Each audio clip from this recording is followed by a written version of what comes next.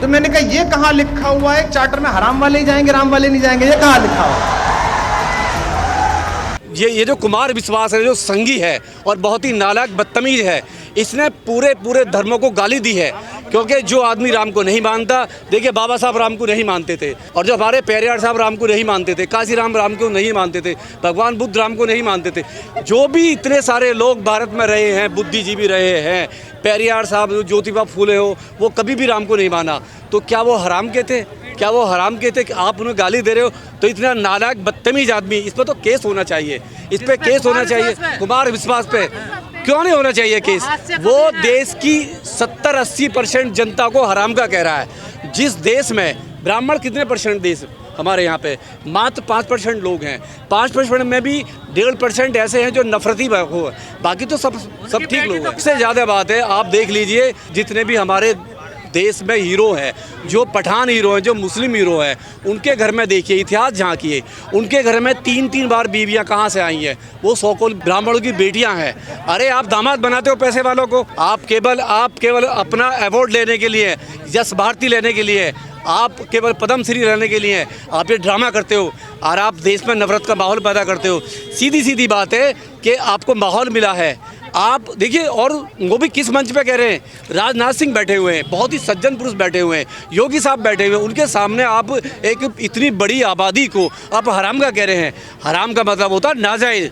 अरे इस देश में बहुत सारे लोग हैं जो राम को नहीं मानते, बहुत सारे लोग हैं जो बिल्कुल भी राम में विश्वास नहीं करते। क्या आप उनको हराम का बोलोगे, आपको गालियाँ दोगे? तो मेरा मानना है कि इस पे केस होना चाहिए, NSA लगना चाहिए, और जितना विरोध हो इसका बयान देकर राजनीति में आना एक फैशन हो गया। बिल्कुल फैशन हो गया है। देखिए सीधा वो आज वो किसके साथ खड़ा हुआ है? देखिए पहले अन्ना हजारे से शुरू हुआ ये आदमी, फिर केजरीवाल के पास गया, उसके बाद में अब RSS के पास गया है। RSS के पास, बीजेपी के पास जो भी जाता है वो अपना ईमान अपना बेच देता है, उसका अपना कुछ भी नहीं होता है। वहाँ पे वो दंगाई भाषा बोलेगा, नफरती भाषा बोलेगा, और वो ऐसी भाषा बोलेगा जो देश में नफरत फैले, देश में आग लगे। तो ये मंच से कह रहे थे कि हमें इस तरीके की कोई राजनीति की जरूरत नहीं है। देखिए वो राजनीति कर रहा है, उसे क्या जरूरत पड़ गई?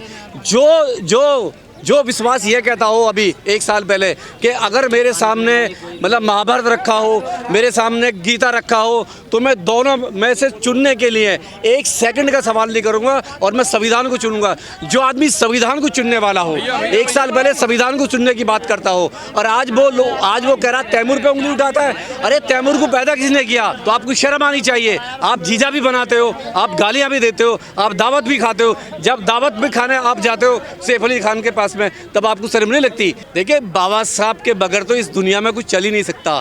पूरे भारत में कोई पार्टी कोई किसी औकात नहीं है, चाहे बीजेपी हो, कांग्रेस हो, समाजवादी पार्टी हो, RLD हो, जितनी भी पार्टियां हैं, डॉक्टर अंबेडकर के बगैर इस देश में राजनीति कर ही नहीं सकते, उनकी औकात ही नहीं है। देखिए बाबा साहब हैं हमारे, वो बाबा साहब ही रहेंगे, उनके नाम से संविधान चलता है। और उनका जो वो है ना, जो हमारे देश के प्रधानमंत्री दिन में 3 बार सलूट करते हैं बाबा साहब को। राहुल गांधी दिन में 3 बार सलूट करते हैं बाबा साहब को। किसको? स्वर्ग नहीं जाना आपको। मेरा स्वर्ग ये है कि मैं यहाँ पे कोट पहन के खड़ा हुआ हूँ, मैं डॉक्टर हूँ, मेरा स्वर्ग ये है, मेरा जिंदा स्वर्ग है। जिसको स्वर्ग में जाना हो ट्रेन के आगे लेटे, प्लेन के आगे फट जाए, जाके मरे, सुसाइड करे, वो देखे स्वर्ग कैसा होता है। अरे बाबा साहब तो जिंदे पे स्वर्ग देखे गए। हमारे लिए नर्क जब था, जब देश में मनुस्मृति लागू थी आज़ादी से पहले। इसी देश में महिलाओं को बोलने का अधिकार नहीं था, लिखने का अधिकार नहीं था, पढ़ने का अधिकार नहीं था, स्त्री कुछ नहीं कर सकती थी, लेडीज महिला। इसी देश में बाबा साहब ने हिंदू कोड बिल लेकर आए, हिंदू कोड बिल में महिलाओं के लिए सारा कुछ दे दिया। तो बाबा साहब का जो स्वर्ग है वो महिलाओं का जिंदे पर है। अरे जिसको स्वर्ग लेना है जाइए, मरो कटो, जाइए स्वर्ग के रास्ते पर जाइए। नाम रटने से स्वर्ग मिलता है, आप कहाँ मरने उड़ने की बात? अगर जिसको स्वर्ग लेना हो, बिजली का खंभा पकड़ ले, 360 का वोल्ट है, जाए। नफरती लोग कोई अरे हमने तो प्यार बांटा, संविधान को संविधान दिया है, हमारे लोगों ने संविधान दिया है। बाबा साहब ने पूरे SC ST OBC माइनॉरिटी को इस देश में रहने का सम्मान दिया, महिलाओं को सम्मान दिया है। जिस देश में बाबा साहब ने इतना सम्मान दिया है, तो हमारे लोग तो पूरे प्यार बांटते हैं। अरे हम तो सबको एक समझते हैं, हम तो एक समझते हैं सबको, लेकिन ये लोग डिवाइड करते हैं। ये कभी हिंदू के नाम पे, कभी मुस्लिम के नाम पे, कभी दलित के नाम पे, कभी माइनॉरिटी के नाम पे, आए दिन कभी महिलाओं के नाम पे। जितने नारे इस सरकार ने दिए 10 साल में, सारे फर्जी फ्रॉड, चाहे एजुकेशन का ले लो, चाहे आपका रोजगार का ले लो, चाहे स्वास्थ्य का ले लो, महिलाओं का ले लो, बेटी बचाओ बेटी पढ़ाओ का जितना अपमान इस सरकार ने। केजरीवाल सबसे ज्यादा फ्रॉड है, 420 है, निकम्मे है, सबसे ज्यादा फ्रॉड है। बाबा साहब का फोटो लगाते हैं, लेकिन जब 22 प्रतिज्ञाओं की बात आती है तो रात को राजनपाल गौतम का रात को 11 बजे रिजाइन ले लिया जाता है। फ्रॉड है, पूरी तरीके से फ्रॉड है। भगत सिंह का फोटो लगाते हैं, और जब भगत सिंह की प्रतिज्ञाएं हैं, भगत सिंह तो उन्होंने लिखा मैं नास्तिक क्यों, जेल डायरी में लिखा है मैं नास्तिक क्यों हूँ, और वो भगत सिंह का फोटो लगा के कहते मैं हनुमान जी का चेला हूँ। देखिए किसको वोट देते हैं। देखिए लालच में वोट दे दिया लोगों ने, भोली भाली जनता है, बेवकूफ। ये इन्होंने छलावा कर लिया, अब कोई वोट नहीं देने वाला है, देख लिया। पूरी 2100 मिल रहे हैं, महिलाओं को 2100 दिए जा रहे हैं, और जी दलितों को स्कॉलरशिप मिलेगी। देखिए जितना 10 साल का बजट है, मैं अपील करता हूं आपके चैनल के माध्यम से, 10 साल का जितना बजट SC ST का हर साल इस सरकार ने रिलीज करा है, और जो सेंटर से बजट मिला है RTI डाल के इस सरकार से ये मालूम किया जाए केजरीवाल से कि वो बजट SC ST पे कहाँ कहाँ खर्च हुआ है।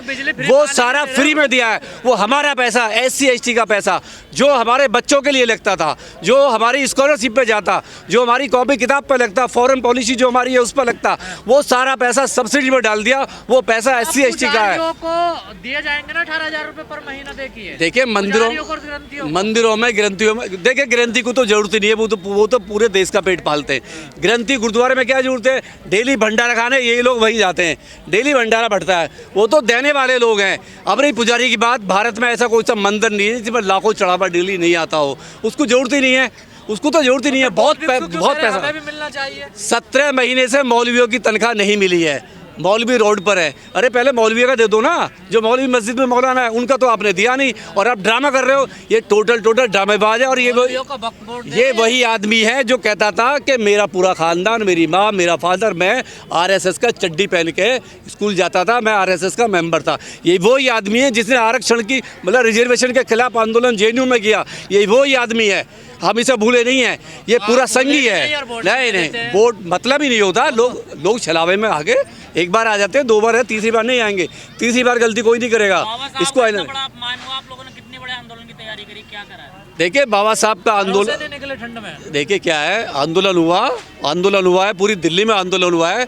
जितनी भी जिसकी क्षमता थी उसने आंदोलन किया है।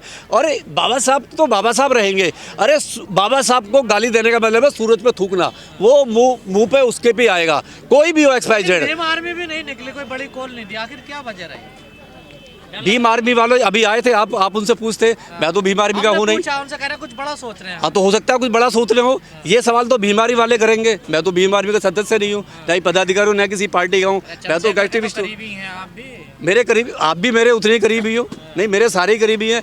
लेकिन अगर चंद्रशेखर जी ने आंदोलन नहीं किया तो उसका जवाब उनसे लेना आपको। वो करेंगे।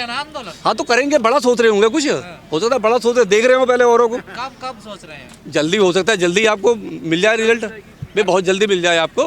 कांग्रेस ही सारे नीले होए फिर रहे हैं आजकल। कांग्रेस मजबूर कर दिया। देखिए यही तो है बाबा साहब का। बाबा साहब ने मजबूर कर दिया कांग्रेस को नीली झंडी में। कभी देखा 70 साल में बाबा साहब को कभी भी कांग्रेस ने चिमटे से भी छूना पसंद नहीं करा।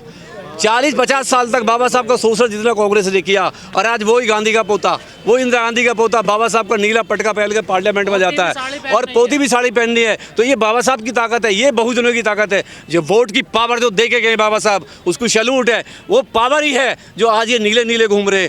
और अच्छा है नीले नीले घूम रहा, आज ये घूम रहे, इनका ब्लड भी नीला हो जाएगा एक टाइम पे। अटल बिहारी वाजपेयी की जो 100वीं जयंती थी, उसमें सीधा कहा सरकार की चाटुकारिता के लिए, अवार्ड पाने के लिए कहा कि जो राम का नहीं वो हराम का है। चार्टर्ड विमान में क्या मतलब हराम का ही वो बैठ सकता, उसमें राम का नहीं बैठेगा? मुझे बताइए इस देश में हराम का कौन है, राम का कौन है? क्या हमारे देश में मुस्लिम है? हमारे देश में 20 करोड़ मुस्लिम रहते हैं, वो राम को मानने वाले हैं। जैनी रहते हैं, वो राम को मानने वाले हैं। जो सिख समुदाय है क्या वो राम को मानने वाला है? एक बौद्धिस्ट है क्या वो राम को मानने वाले? नहीं, वो अपने अपने धर्म को मानने वाले लोग हैं। तो वो हराम के कैसे हो गए? इस